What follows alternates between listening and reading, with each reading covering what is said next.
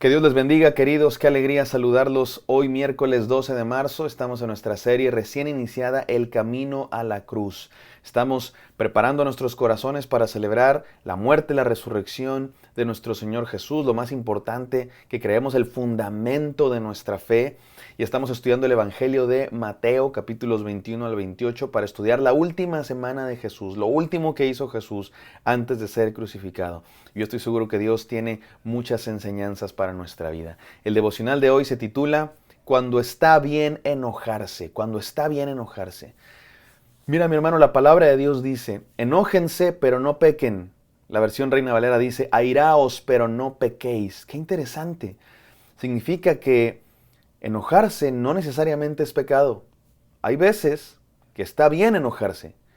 Debemos tener cuidado de que ese enojo no nos conduzca al pecado, sino que nos conduzca a algo bueno. ¿Cómo? ¿Cómo es posible que el enojo nos pueda conducir a algo bueno? ¿Cómo es posible que el enojo no sea pecado?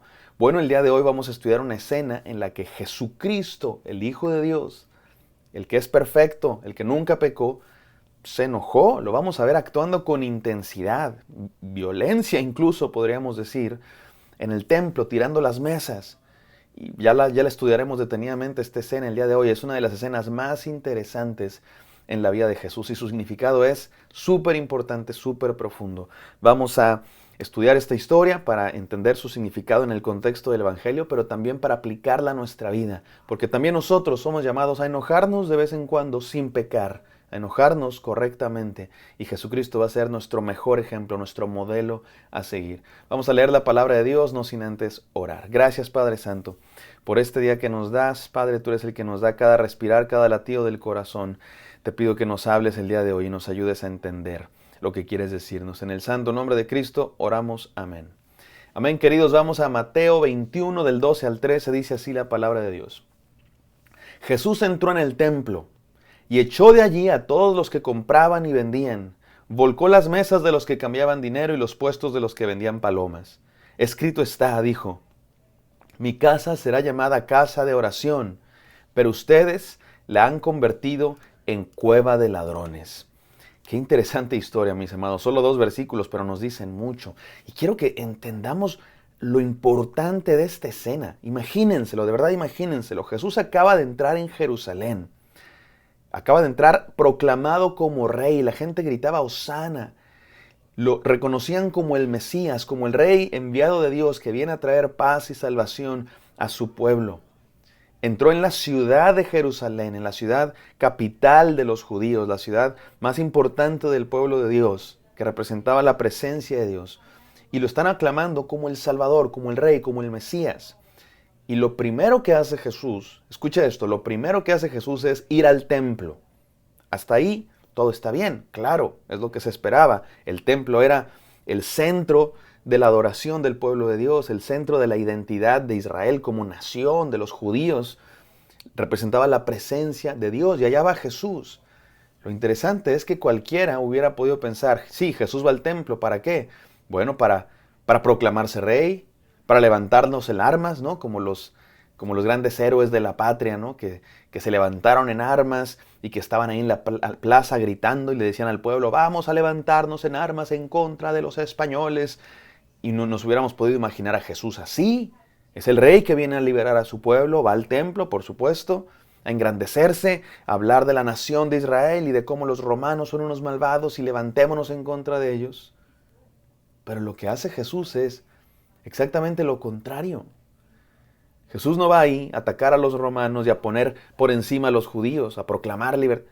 Jesús lo que hace es hacer un acto simbólico, pero también real, en contra de la religión acartonada que habían creado los judíos, que habían inventado una religión, que habían inventado un montón de mandamientos humanos que no eran de Dios. Y déjenme, aquí hay que explicar lo que está pasando.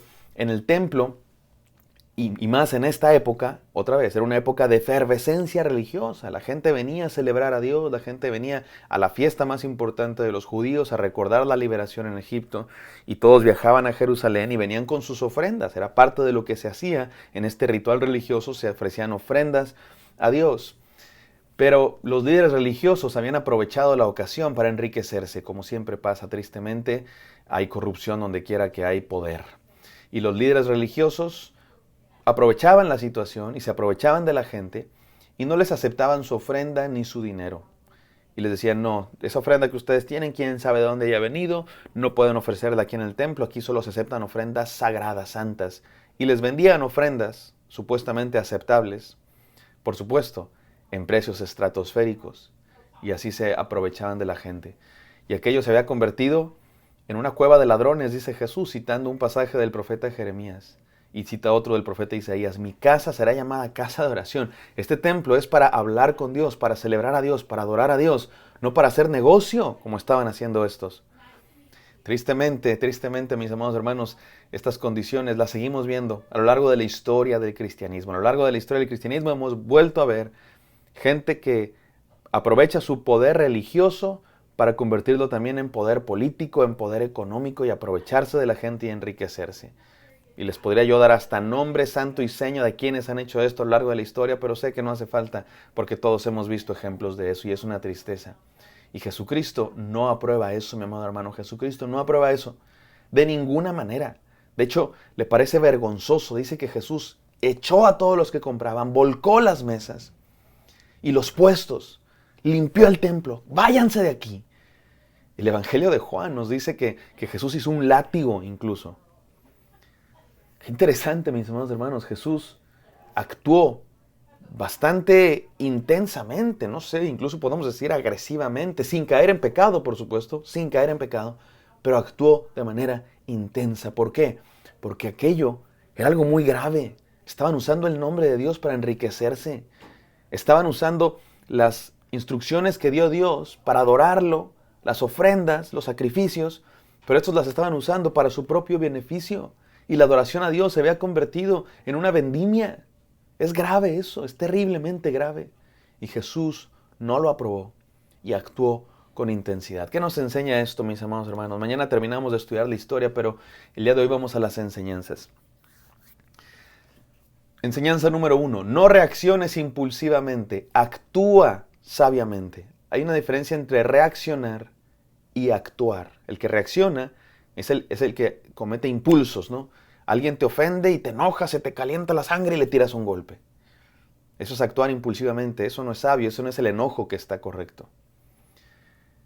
Lo que nos muestra aquí Jesús es, Él no reaccionó, Él actuó sabiamente. De hecho, de manera pensada. Otro evangelio nos dice que Jesús tejió un látigo, o sea, tuvo tiempo para pensar lo que iba a hacer. No fue un impulso de que los vio, se enojó y explotó. No. Lo he dicho 1000 veces y lo seguiré diciendo porque es un error que tenemos mucho en nuestra cabeza. La gente que se enoja mucho y actúa impulsivamente a veces dice, es que soy de carácter fuerte, es que yo soy de carácter fuerte y me enojo. Eso es ser carácter débil. Si fueras de carácter fuerte, te controlarías, pero eres tan débil que no te puedes ni controlar tu enojo y explotas a la menor provocación. Alguien de carácter fuerte es alguien que sí se enoja, pero se calma, piensa lo que va a hacer, piensa lo que va a decir y actúa sabiamente. Los griegos decían que una virtud es el punto medio entre dos vicios.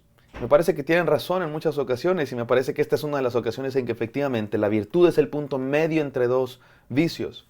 Por un lado tenemos la impulsividad violenta, ese que se enoja a la primera provocación, que explota, que se vuelve violento y agresivo a la menor cosa sin pensarlo. En el otro extremo tenemos al que nunca se enoja, al que todo le da igual, así que pase todo, indiferencia pasiva. Por un lado impulsividad violenta, por el otro lado indiferencia pasiva. Y en el medio de estos dos vicios, en perfecto equilibrio tenemos la mansedumbre. Jesucristo dijo, aprendan de mí que soy manso y humilde. ¿Qué es eso de mansedumbre? Lo que nos está mostrando aquí Jesús. Mansedumbre no es ser pasivo y nunca hacer nada. Mansedumbre es actuar en el momento preciso. Actuar pensadamente, sabiamente. Mi amado hermano, no seas impulsivo, sé como Cristo Jesús. Actúa cuando debes hacerlo, con la intensidad que requiere el momento. No impulsivamente, no sin pensar, sino sabiamente. Número 2. No defiendas tus deseos egoístas, lucha por la verdad. ¿Cuándo está bien enojarse, mi querido hermano? ¿Sabes cuándo creo que está bien enojarse?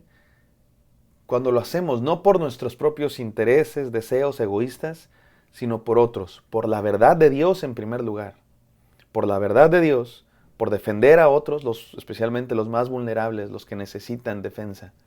Jesús no se enojó aquí porque alguien lo estuviera atacando a él. A Jesús lo atacaron muchas veces. A Jesús lo quisieron matar. Es más, dice la Biblia que fue como oveja al matadero, no abrió su boca, se dejó llevar a la muerte. Y ahí no se defendió, ahí no se enojó, ahí se dejó capturar y entregó su vida. Aquí no se está enojando para salvarse a sí mismo. Aquí se está enojando para defender la verdad de Dios, para defender al pueblo de Dios que estaba sometido en esta religión humana de control, de negocio, de poder, de extorsión. ¿Se vale enojarse, mi amado hermano? Sí. No para defender tus propios intereses egoístas, sino para luchar por la verdad, para luchar por el amor, para defender a los débiles. Y es lo que está haciendo Jesús.